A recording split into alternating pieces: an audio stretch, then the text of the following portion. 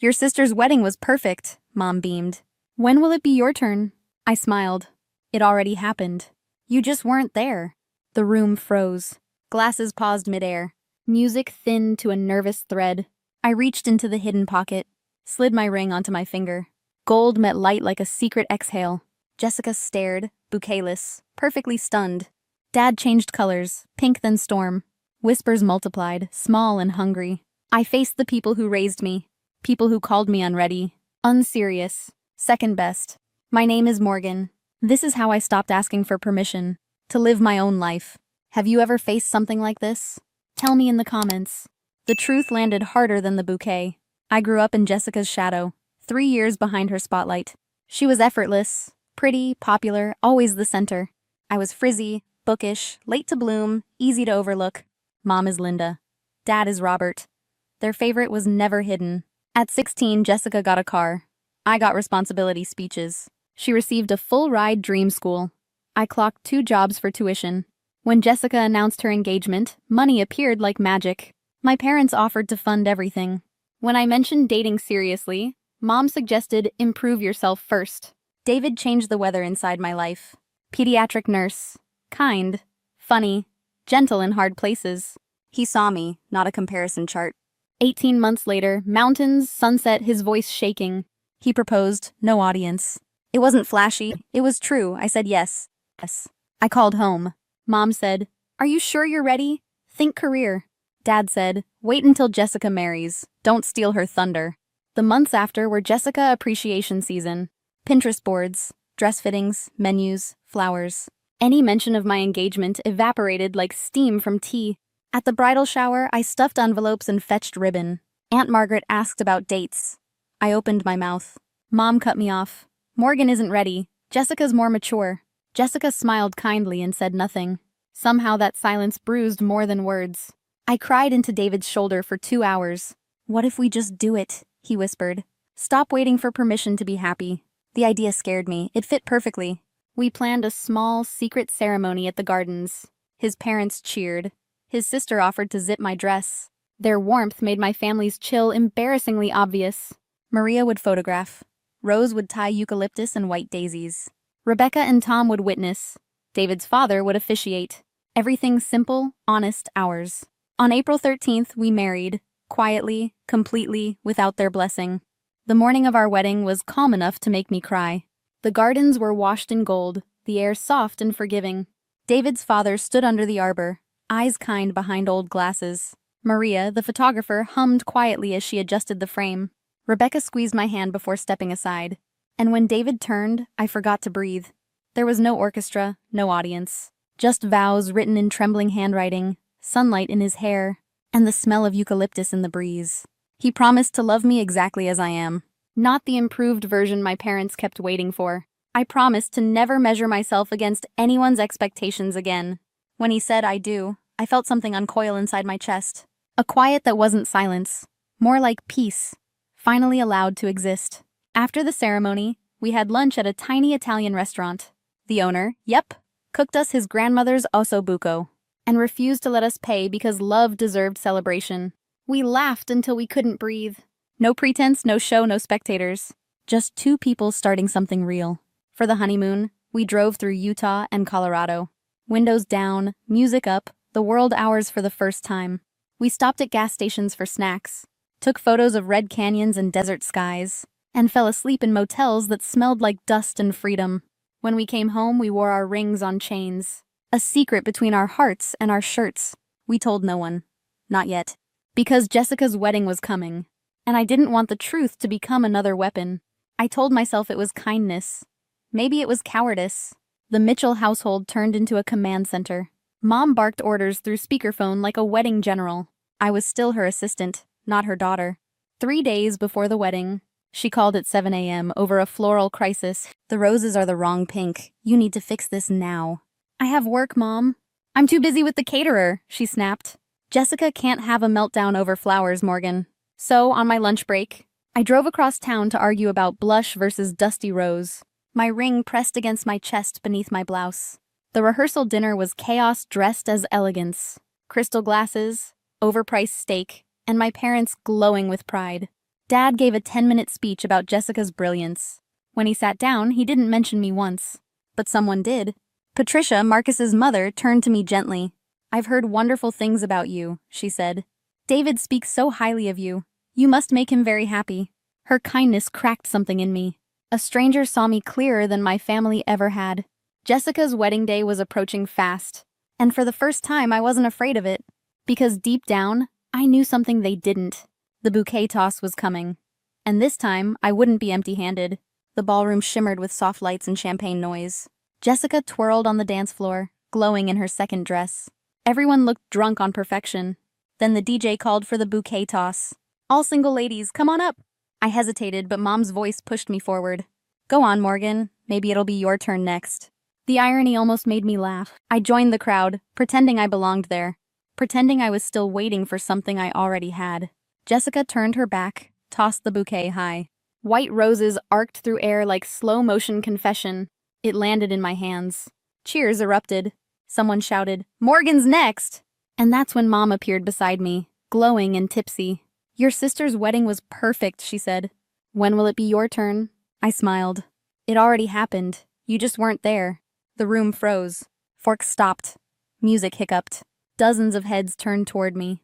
I reached into the pocket I'd sewn into my bridesmaid dress, pulled out the gold ring that had waited long enough, slid it onto my finger where it belonged. Mom blinked. "What do you mean?" "We got married," I said evenly. "April 13th, Botanical Gardens, with people who actually care about us." Jessica's hands hovered midair, bouquetless and stunned.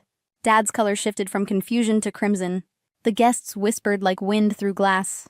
"You're joking," Mom whispered. "Not at all," I said. "We have photos, a marriage certificate, the works." Jessica found her voice. "Why didn't you tell us?" "When should I have?" I asked. "During your shower? At your fittings? Between Pinterest updates?" Mom's lips trembled. "We would have wanted to be there for you." I laughed once, sharp as broken stemware. "Really?" "Because every time I tried, there wasn't space left for me."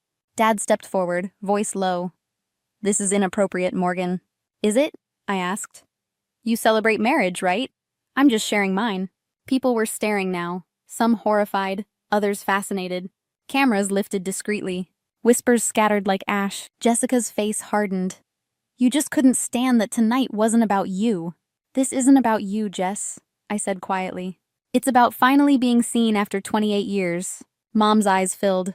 "We love you both equally." Then why did it always feel like I was auditioning for it? The band had stopped playing. Even the waitstaff had frozen mid-service. Only David moved. He came to my side, calm, certain. "Maybe we should go," he murmured. "Good idea." I faced the silent room. "Thank you all for helping us celebrate," I said softly.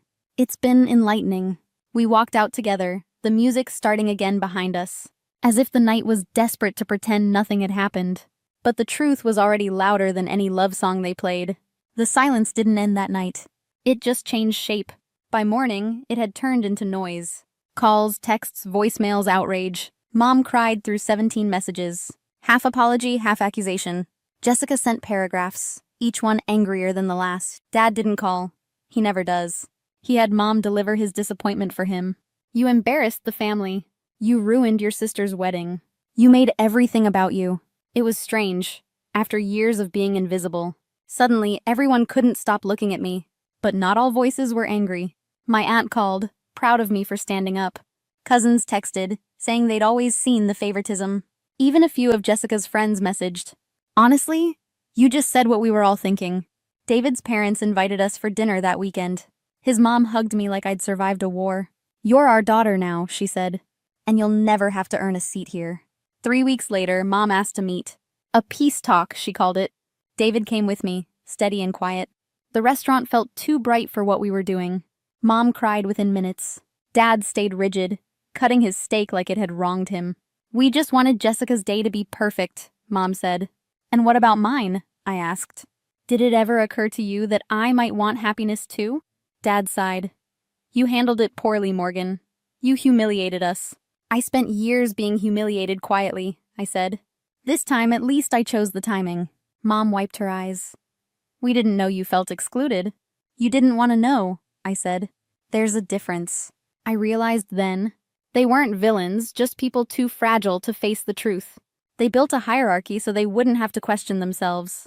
And I had been the proof they wanted to erase. For years, I begged for fairness. Now I didn't need it. Recognition meant nothing if it came from guilt. Silence stretched across the table, thick enough to taste. They asked to see wedding photos. I showed them one. Me laughing with David, confetti midair. For a second, even Dad looked unsure. They left promising to reflect. I didn't expect much. That night at home, I took the ring off its chain for good. It gleamed in the light like closure. For the first time in years, I wasn't waiting for approval. I wasn't apologizing for existing differently. David poured wine. To peace, he said. I smiled. To choosing ourselves. Outside, Seattle rained softly against the glass. The city lights looked like 1,000 tiny witnesses. Freedom doesn't always roar. Sometimes it just breathes and refuses to explain itself. 6 months later, peace feels strange. Not loud, not dramatic, just quiet, like a house after a storm. My parents still call sometimes. Mom talks about starting over. Dad keeps it polite, formal, like I'm a distant relative. Jessica and I text on birthdays, civility, not closeness. That's the new family rhythm, surface-level harmony over truth. And maybe that's okay. Because the silence now isn't punishment, it's space. Space to breathe. Space to grow a life that finally feels like mine. David and I bought a small blue house on the edge of town. There's a garden out back where lavender grows wild. Every Sunday, we host dinner for friends who know how to show up, not just perform. The table is mismatched, the laughter real. No one needs to compete for affection here. Sometimes I think about that night. The stunned faces, the ring glinting in chandelier light, my mother's voice trembling, Jessica's bouquet still clutched in my hand. People ask if I regret it. I don't. Because it wasn't revenge, it was release. They built a world where my worth depended on comparison. And when I stopped playing, their rules stopped mattering. I've learned that closure doesn't always come with apologies. Sometimes it comes in the quiet click of a front door. You decide not to open anymore. I used to think family was something you had to keep, no matter how much it hurt. But love without respect isn't loyalty, it's endurance. And endurance isn't the same as peace. Mom still brings up Jessica's future children sometimes. Her voice soft, hopeful, rehearsed. I nod, sip my coffee, and let her words pass like background noise. Because I know now, my life doesn't need to fit their picture to be beautiful. The ring on my finger isn't a secret anymore. It's a promise that I'll never make myself small again, just to make someone else comfortable. David calls it our quiet rebellion. I call it freedom. Last week, we drove by the botanical gardens, the same place where we said our vows. Two people choosing love without permission.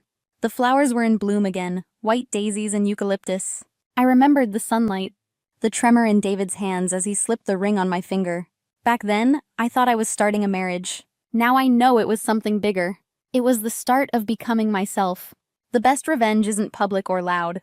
It's living a life so gentle, so whole, that no one who once dismissed you can recognize the version of you who finally stopped needing them. And if you ever wonder what peace looks like, it's this: a quiet home, rain on the windows, and a love that doesn't ask you to prove you deserve it. Have you ever been treated like you were never enough? Tell me in the comments. I'll be reading. And if you've been through this, you're not alone. I woke up early that Friday. My suitcase was already zipped from the night before, 2 changes of clothes, a sweater in case the cabin got cold, and a bottle of wine I'd been saving since Christmas. Mom had said the whole family would be there. Your father's rented something nice up in Yosemite, she told me on the phone, her voice brighter than usual. You'll finally get a break, Marie. It had been a long time since that kind of invitation felt warm. But I said yes.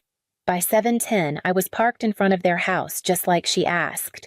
The van was already out front, one of those oversized black Sprinter things with tinted windows and a private driver who looked more confused than friendly. He held a clipboard in his hand and asked, "Name Marie Carter," I said. He scanned the list, scanned again, then looked up. "I'm not seeing you here, ma'am."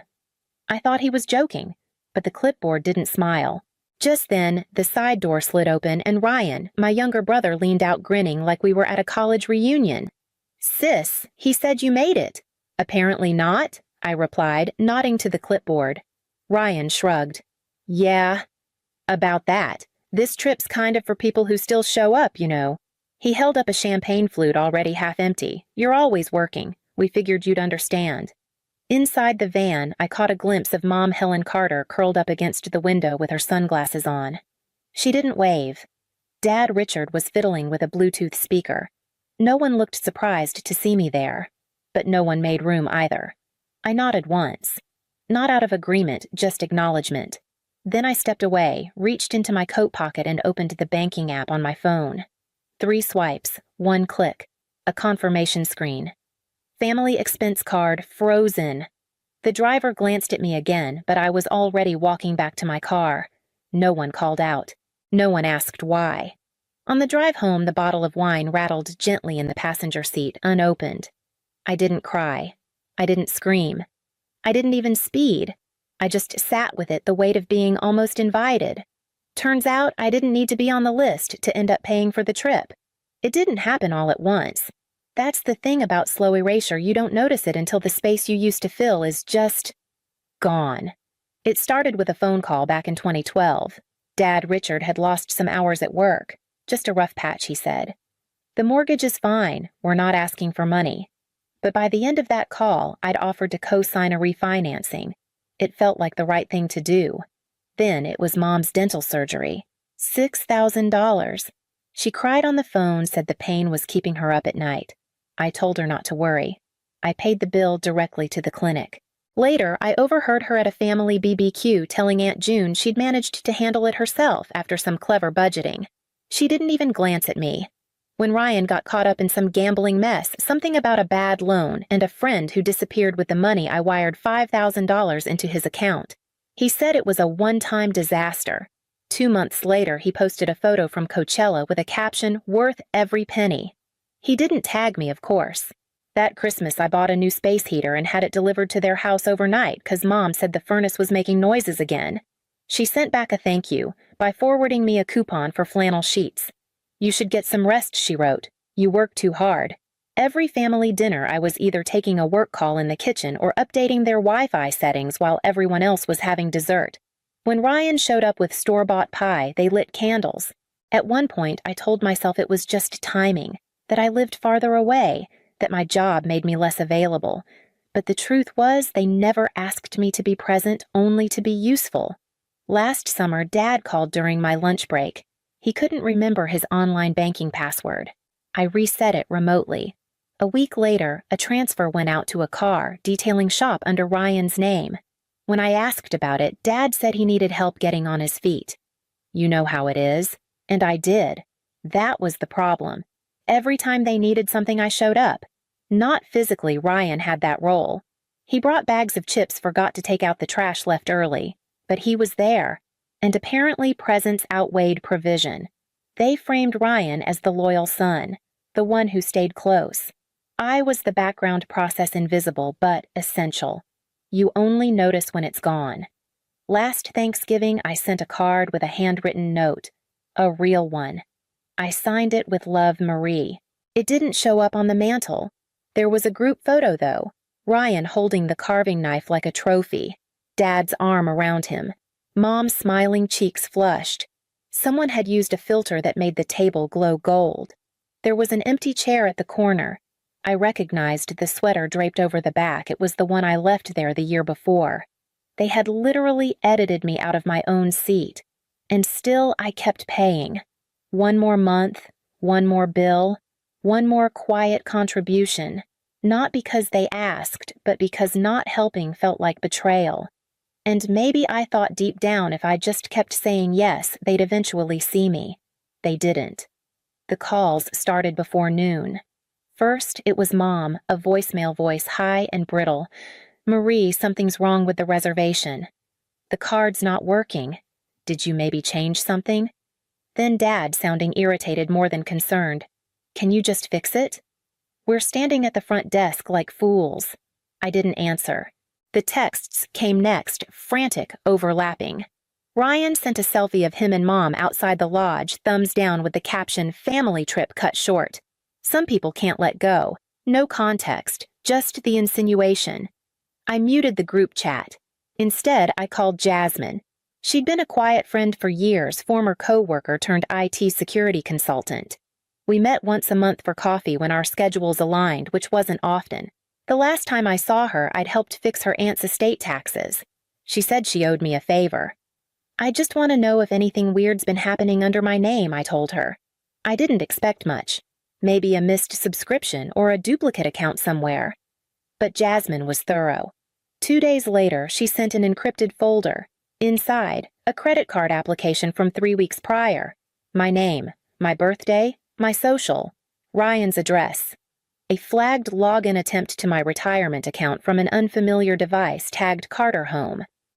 A customer service call to my health insurance provider voice recorded it was Mom pretending to be me. She'd tried to update my mailing address and add a dependent named Ryan.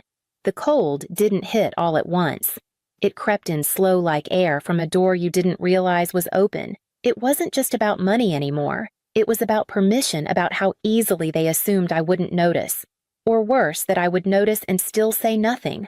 I sat in my apartment that night, lights off, laptop open. The bottle of wine still unopened on the counter. I didn't need it.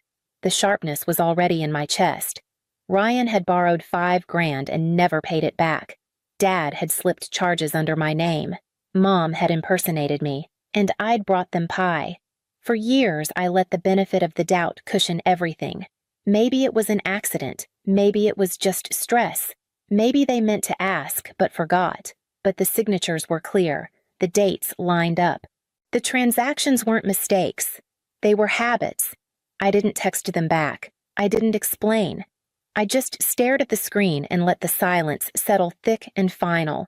If they wanted me to play the villain, I could be one. But I wasn't interested in revenge. I was interested in proof. I started with the easy things, screenshots of bank transfers I hadn't authorized, statements with charges that didn't belong to me. $140 here, $78 there. Most of them small enough to go unnoticed, but they added up not just in dollars, but in disregard. Then came the Venmo logs. Ryan had sent his girlfriend $500 marked for the cabin. The same weekend he told me he was short on rent. The same cabin I wasn't invited to. I pulled email records next. A flagged alert from my tax software. Someone had tried to access my account from an unknown IP. Timestamped at 3:14 a.m., 2 days after I'd frozen the family card. I went back to the insurance call. Jasmine had clipped the audio cleanly. I listened once, twice, and then a third time, Mom's voice, calm and pleasant, answering security questions like she'd done it 100 times. Yes, that's her birthday. Yes, she's added a dependent. His name is Ryan Carter. There wasn't a single tremor in her voice. I remembered how the week before she texted me, "Hope you're staying warm. It's cold up here without you." That apparently had been the truth, just not in the way I thought.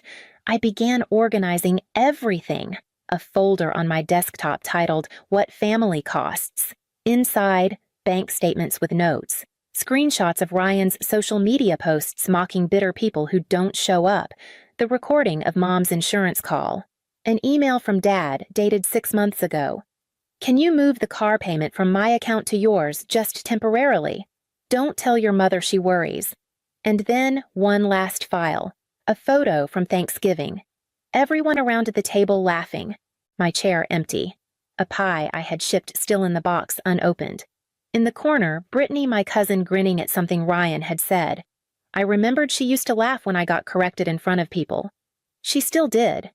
I stared at that photo longer than the others. Not because it hurt more, but because it didn't surprise me anymore.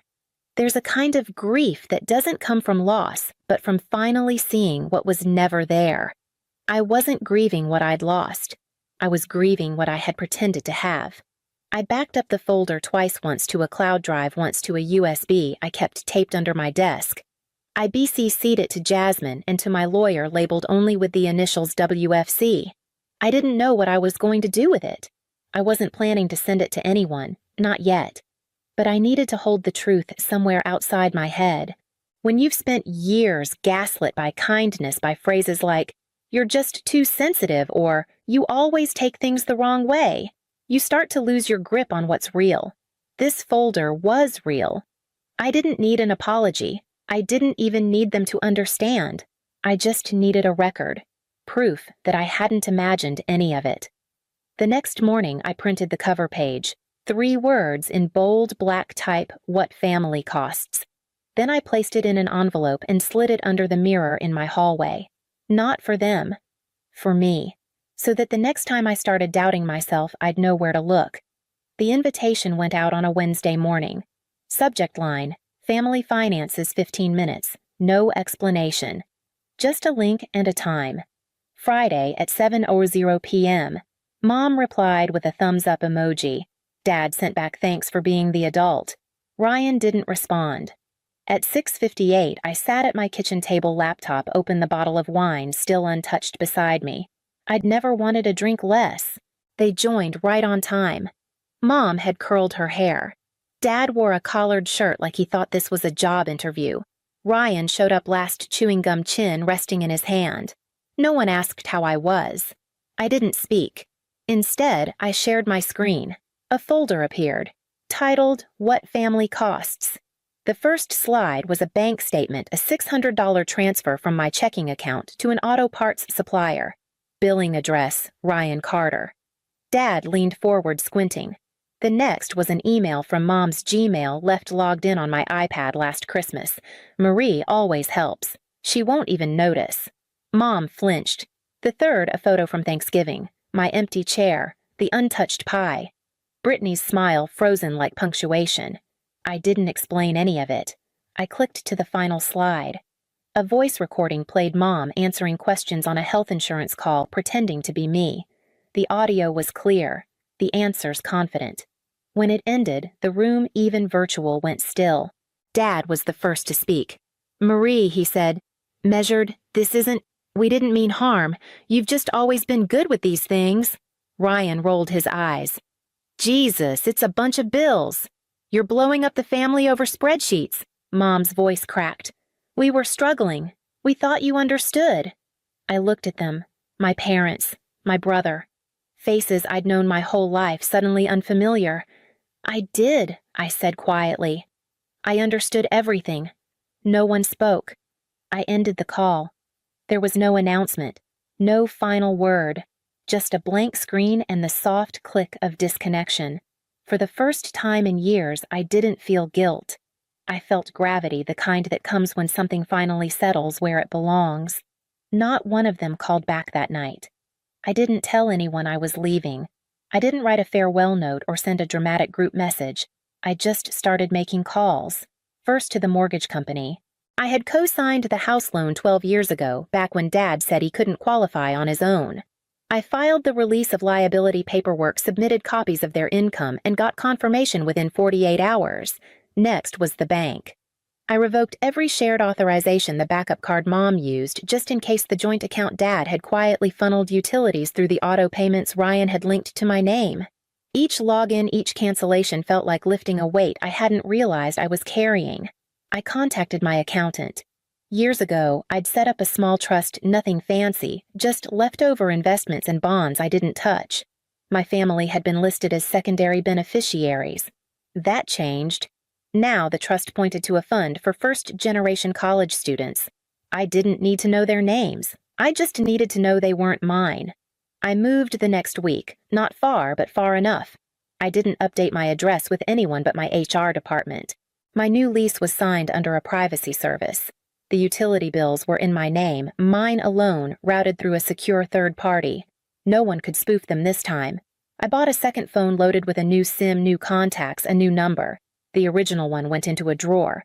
I turned it off without looking at the notifications.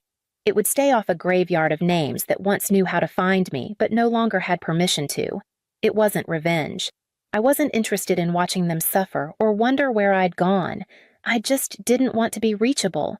They had treated me like infrastructure, quiet, reliable, and always available. I wasn't anymore. The only letter I sent was to the family's landlord. A copy of the release paperwork. A copy of the unpaid rent history. A single line. "Please remove me from this arrangement. I am no longer responsible." He called to confirm. Sounded stunned. Said, "They always talk like you volunteered." I laughed just once.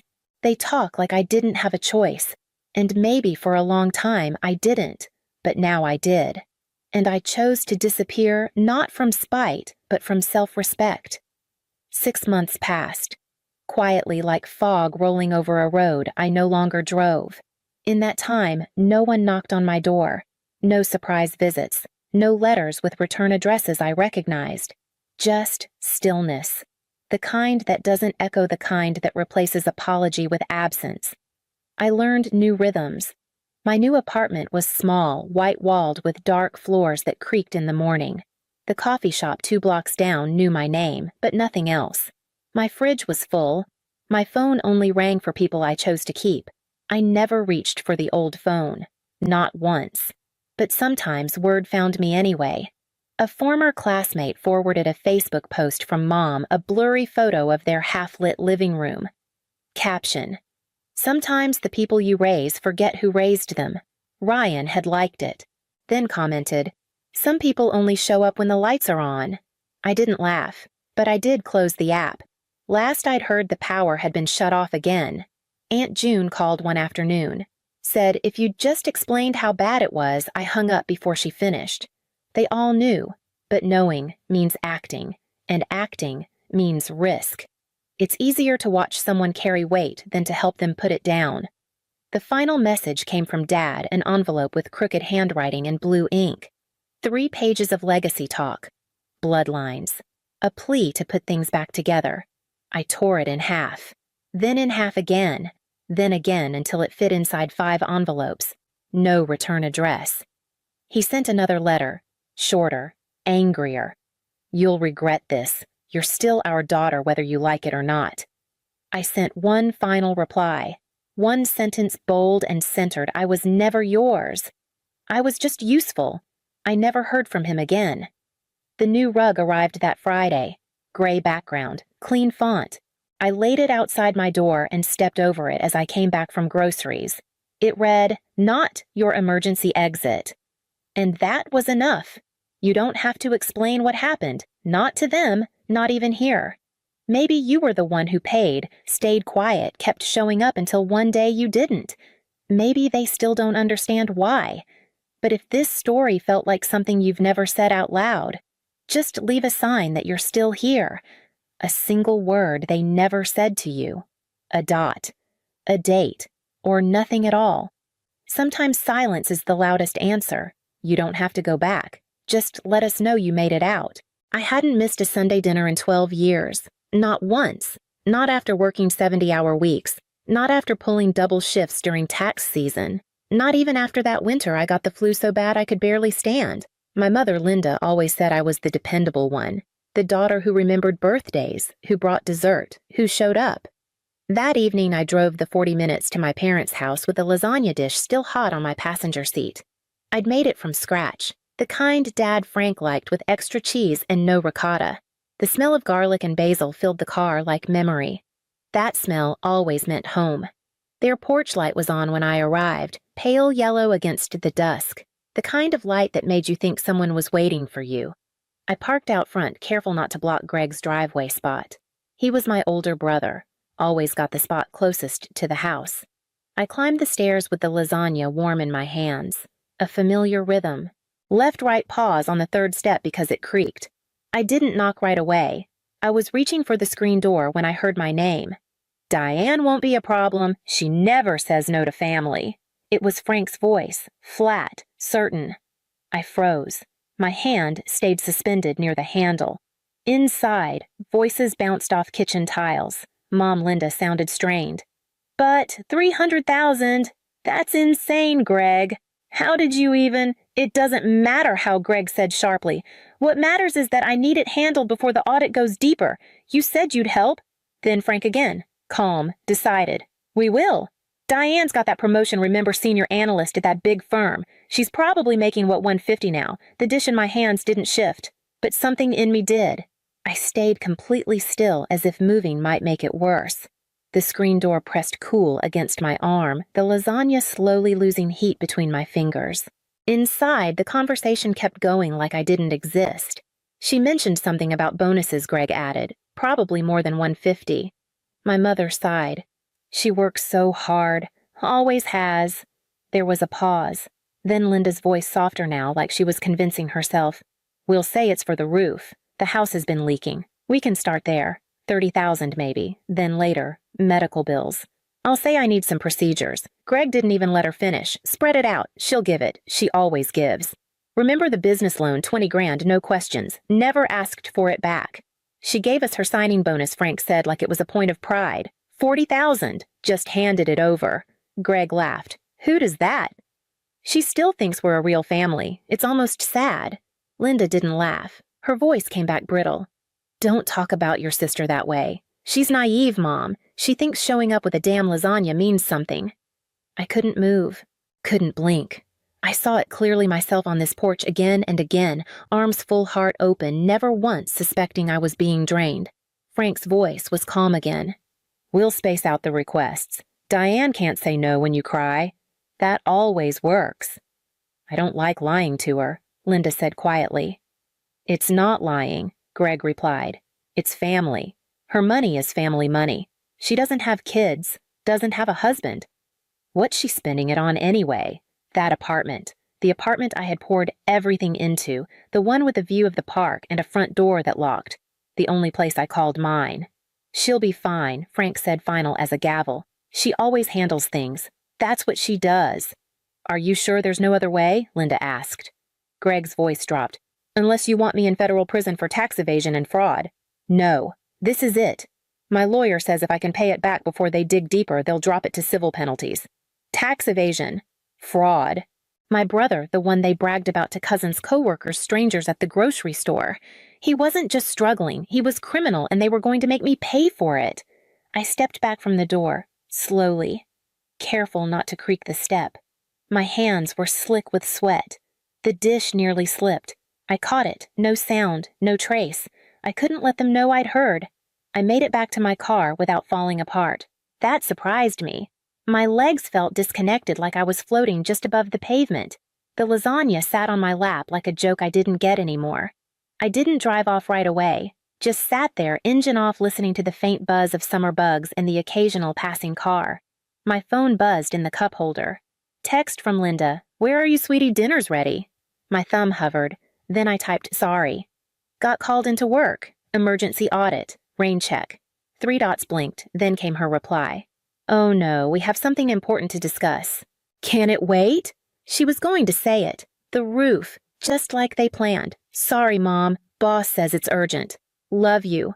I didn't drive home. Not yet. I just drove. City lights, gas stations, places that didn't know me. I needed motion, not arrival. By the time I finally pulled into my apartment garage, the lasagna had gone cold. I left it on the passenger seat and walked up with empty hands. Inside, I didn't turn the lights on right away. I stood by the window watching the night filter through tree shadows and felt something crack open inside me. Not anger, not yet. Just a tired kind of clarity. I had given them $40,000 the year I graduated, then lived on ramen and cheap coffee until I could save again. I gave Greg $20,000 when his business collapsed. I paid for their anniversary dinner when they said they were tight. I never once asked for a penny back, because I thought that's what daughters did, what good sisters did, what family did. But now I understood something I hadn't before. They never saw it as generosity. They saw it as compliance. By the time I went to bed, a plan had started to form. Quiet, sharp. I wasn't going to tell them I knew. Not yet. The next morning, I didn't make coffee. I made moves. I sat down at my desk and opened every account I had, checking savings investments, even that old 401k from my first job. I transferred every cent to new banks, ones my parents didn't know. I called each customer service line, set fraud alerts, froze every joint point of access I'd ever shared. Then I changed every password, 2-factor authentication, recovery questions, all of it. My phone rang nonstop, Mom, Dad, Greg. I didn't answer. Instead, I emailed my boss, Susan Richards, and asked if she had a few minutes. The subject line was simple, personal, urgent. Susan was a sharp woman. In her 50s, no kids built like someone who'd walked through fire with heels on. When I stepped into her office, she didn't smile, just gestured to the chair. I need advice, I said. Not legal, not yet, just personal, but it might affect my work. She nodded. Go on. I told her everything. The conversation I'd overheard, the money I'd given over the years, Greg's fraud, the plan they made, my plan to vanish financially speaking. She listened the whole way through, arms crossed her expression, growing darker by the paragraph. When I finished, she leaned forward. First, she said you're handling this better than most. Second, you need a lawyer. Not because you did anything wrong, but because they might try to twist that. Third, you need a record. Every dollar, every ask. Document everything. I opened the spreadsheet I'd started the night before. 5 years of transfers, dates, amounts. Notes in the margin like Greg's emergency and Mom's medical bill. Susan whistled low. That's nearly $200,000. I didn't say anything. I couldn't. My throat felt tight. Then she looked at me, something soft in her voice now. One more thing. We've got an opening in our London office. Same title, better pay. And most importantly, an ocean between you and this mess. London, I repeated. You wouldn't be alone, she said. You'd have support. We'd handle your visa, the move, everything. I didn't answer. Not yet. But something in me shifted. That afternoon, Greg finally got through. I don't know why I answered. Maybe I wanted to hear how he'd spin it. Jesus, Diane, he said. Where have you been? Working, I said flat. At that job you think prints money. What's that supposed to mean? It means I'm busy. What do you want? We need to talk, as a family. Dinner tomorrow, can't. I have plans. More important than family, I didn't hesitate. The kind where people don't scheme to steal 300 grand. There was silence on the other end of the line. I don't know what you're talking about, Greg finally said. Tax evasion? Fraud? You were going to let me pay for it? He laughed, too loud, too forced. You were listening, I was bringing lasagna, I said. Remember that family dinner, that thing you said I foolishly still believe in? Diane, listen. It's not what you think. It's exactly what I think. You planned it. You told them to cry if they had to. You called me naive. I'm in trouble. You should have thought of that before you broke federal law. You're seriously going to let me go to prison over money you can afford. I closed my eyes. I couldn't afford the 40 grand I gave Mom and Dad. I couldn't afford the 20 I gave you. I couldn't afford any of it. But I gave it because I thought that's what family did. Silence, heavy, like he didn't know where to go from there. I'm begging you, he said, then beg someone else. I hung up. The texts started immediately. From Greg, from Mom, from Dad. I didn't read them. Wednesday, I got a knock at the office lobby. It was Linda. She looked older than I remembered. Her hair was undone, her eyes red. She didn't wait to be buzzed in, just rushed past security and found me by the elevators. Sophie Diane, please. Just talk to me. I stood there in the marble lobby of my firm in a navy blazer and heels while my mother cried like a child. We can talk, I said, right here. She flinched. Can't we go somewhere private? Number Greg is in trouble? I know. Fraud. Tax evasion. He told me he made mistakes, but he's your brother. No, he's your son. You help him. We don't have the money. You know that. Then maybe he shouldn't have committed a felony. Her voice cracked. How can you be so cold? This isn't like you. You're right. The old me would have already written the check. The old me thought love meant sacrifice. The old me believed you when you said family helps family. She looked up confused. What are you saying? I'm saying the old me died on your porch. That stopped her. You don't mean that. I leaned closer, voice low. You said I wouldn't say no. You said I don't understand how the real world works. You said I turn to pudding when you cry. Real tears now. Not performative ones. Real fear. We were desperate. No, you were greedy. There's a difference. She reached out. I stepped back. I left her there in the lobby under the gold letters of my firm's name. I didn't look back. Thursday came and went in silence. No calls, no texts, no surprise drop-ins. For a moment I thought maybe it was over. Maybe they'd finally understood. Friday afternoon I was packing up my desk when the receptionist called. Diane, there's someone from legal downstairs, a process server. Says he has documents for you. I froze, then exhaled slowly. Send him up.